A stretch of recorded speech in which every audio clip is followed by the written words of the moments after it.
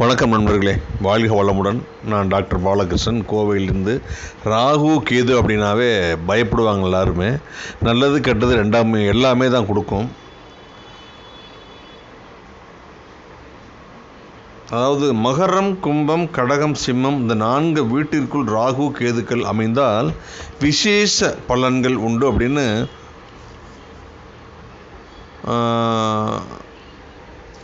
கோள்களின் கோலாட்டம் அப்படிங்கிற ஒரு புஸ்தகத்தில் மகரிஷி தயானந்த ஜோதி சொல்லியிருக்காருங்க. ராகு கேதுக்களின் பார்வையிலேயே ஒரு தனி முக்கியத்துவம் வாய்ந்தது.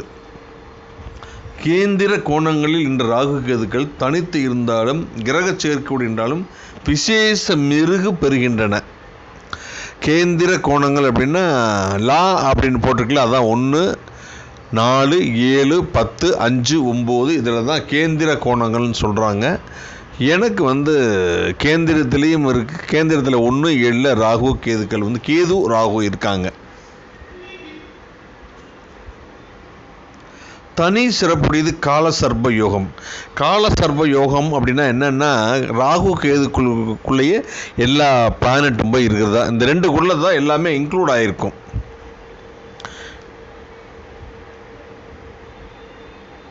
இதில் பார்த்தீங்கன்னா கும்பம் முதல் சிம்மம் வரை மேல் பாகத்தில் ராகு கேதுக்கள் எல்லா கிரகமும் லக்னமும் அமையுமானால் தனி விசேஷம் பொருந்தியதாகுங்க.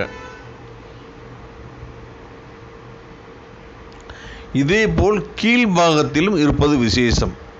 கீழ்பாகம்னா அப்படியே கும்பத்திலேருந்து கீழே வரணும், மேல் பாகம்னா கும்பத்திலேருந்து மேலே போகணும். 2 பகை கிரகங்கள் ஒரு வீட்டில் நிற்க அத்துடன் ராகு சேர்ந்தால் நல்ல பலனையும், கேது சேர்ந்தால் கெட்ட பலனையும் கொடுக்கும். நட்பு கிரகங்கள் சேரும்போது மாறுபட்ட பலன்களை கொடுக்கும். இவ்வாறு சேரும்போது ராகு கேதுக்களின் பலம் சற்று குறையும்.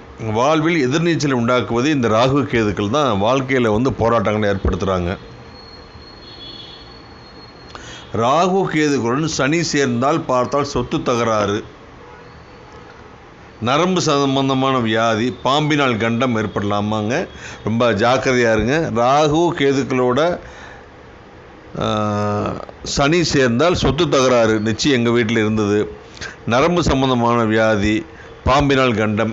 நானும் எங்கள் ஒரு 40-50 இயர்ஸ் இருக்கும். எங்கள் வீடு ஓட்டு வீடு, கரண்ட்லாம் கிடையாது. பின்னால் பூரா தோப்பு தான்.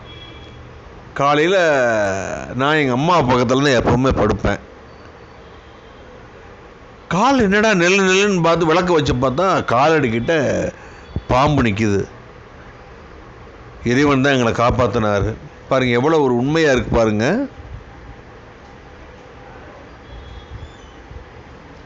ஆச்சரியமான விஷயங்க. ஒவ்வொன்றும் பார்த்தீங்கன்னாவே உங்களுக்கு ஆச்சரியத்தை தான் கொடுக்குதுங்க.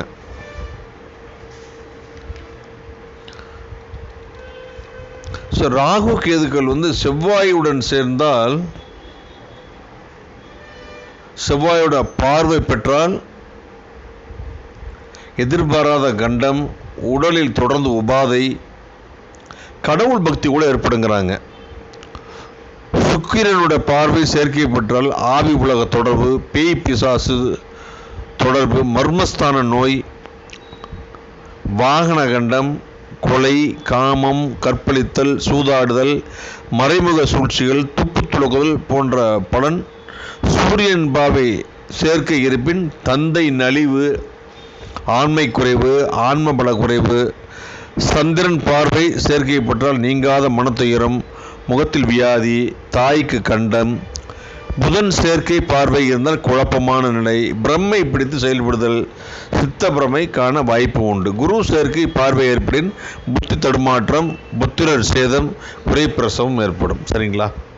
ராகு கேதுக்களால் என்ன ஏற்படும் அப்படிங்கிறத நம்ம பார்த்துருக்குறோம். மீண்டும் ஒரு நல்ல பதிவில் நான் உங்களை சந்திக்கிறேன். உங்களிடமிருந்து விடைபெறுவது உங்கள் அன்பு நண்பன் டாக்டர் பாலகிருஷ்ணன், கோவையிலிருந்து. என்னுடைய கான்டாக்ட் நம்பர் 9952615649. என்னுடைய ஆஃபீஸ் கோயம்புத்தூரில் சிங்கானூர் பஸ் ஸ்டாண்டுக்கு முன்னால் இருக்குது. தேங்க்யூ.